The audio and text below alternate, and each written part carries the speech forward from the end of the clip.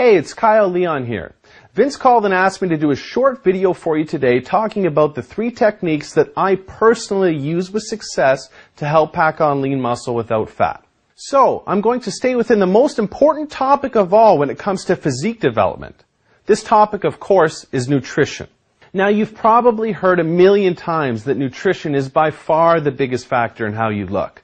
You've probably heard sayings like, abs are made in the kitchen and you can't out-train a bad diet. And the reason why you've heard these sayings are because they're true.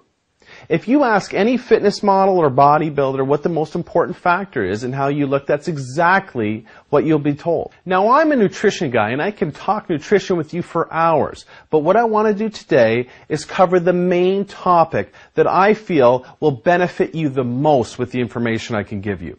This topic is called systematic nutritionism. This just means optimizing our nutrition to maximize muscle without fat. Now, when we're trying to build muscle without fat, you've undoubtedly heard about protein.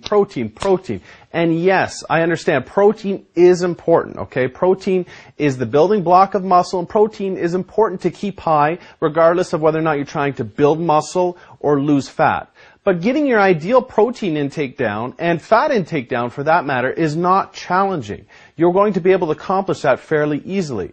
What is a little bit of a different story, though, is your carbohydrate intake. Now, keeping that in mind, let's dive into 3 techniques of systematic nutritionism. 1. Carbohydrate capitalization. This technique is used with a lot of success by many people. Basically, this technique involves structuring the majority of your daily carbohydrates around your workouts, pre and post-workout. If you're looking for a rule of thumb, I would go 70-30. That means 70% of your daily carbohydrates should be consumed throughout your pre and your post-workout window. The other 30% preferably would come first thing in the morning. 2. Somatify your nutrition. This just means adjusting your nutrition to your somatotype. Body type is another word for somatotype, and you might have heard of the 3 basic body types by now, which are ectomorph, mesomorph, and endomorph. All of the different body types that you haven't heard of do play a difference. You see, on that pendulum of ectomorph, mesomorph, and endomorph, in between, there are many different variations of body types that a lot of people have not talked about yet, and only some of the higher world-renowned nutritionists and sports nutritionists are identifying the way these different body types react to different nutrients, especially carbohydrates. Carbohydrates tend to affect the different body types in a more drastic manner than other macronutrients. So keeping that in mind, I'd like to give you a few tips that might help you maximize lean muscle gains without fat, even though I don't know you or your body type. If you're on the ectomorphic side, meaning that you have a very difficult time putting on weight, putting on muscle, and you're naturally very, very skinny, small bones, small wrists, you're going to benefit from really manipulating your higher glycemic carbohydrates, especially around your workout windows. You can afford to go higher glycemic carbohydrates and higher content of your carbohydrates throughout your day. That's the one macronutrient that I would look to manipulate if you're not moving towards your physique development goals. So if week after week goes by and you're not gaining like you should, that's the one macronutrient I'd go into my diet plan and I would ramp that up as aggressively as I can until I start noticing that I'm putting on fat.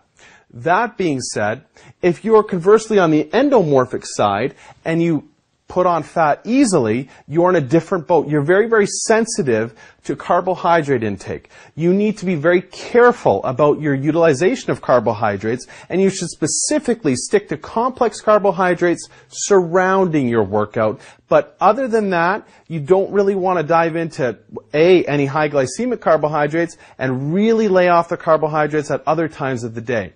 Now, that being said, I think we're in a good place for you to understand that there's different body types out there that respond differently to certain nutrition plans, and finding the right nutrition plan for your body type is probably something that you should invest some time towards by measuring your results of your current nutrition plan if you're not moving towards your physique development goals quickly. 3. Adjust your nutrition to your weight training regimen. This is one mistake that's easily avoided that I see a lot of guys making that's actually hurting themselves more than they understand. You see, you could have the very best generic, meal plan from a book, magazine, or online report that says, I'm supposed to have this meal 1, this meal 2, this meal 3. As you know, it's not customized for you, for your body type, but it's also not customized for your weight training regimen. You need to understand and adapt and adjust your nutrition to your weight training regimen. A lot of guys will work out at night, but then not have their post-workout carb meal and not have their post-workout protein intake like they should because they feel it's late at night and they don't want to put on fat. That's not how it works. You need to go ahead and have a proper pre- and post-workout nutrition meal set up for you no matter what time you're working out. That's the main message I wanted to discuss with you about adjusting your nutrition to your training regimen. I think those 3 tips will help you. I know they helped me. I hope they help you the same way they helped me. With all of that being said, the last piece of advice that I want to leave you with is this. Go ahead and measure your results no matter what plan you're on, no matter what training or nutrition plan you're on. Everybody's different. This is why some of the best pro bodybuilders and fitness models hire professional nutrition and training coaches to adapt the programs to them. You can't just blindly follow something if it's not working for you.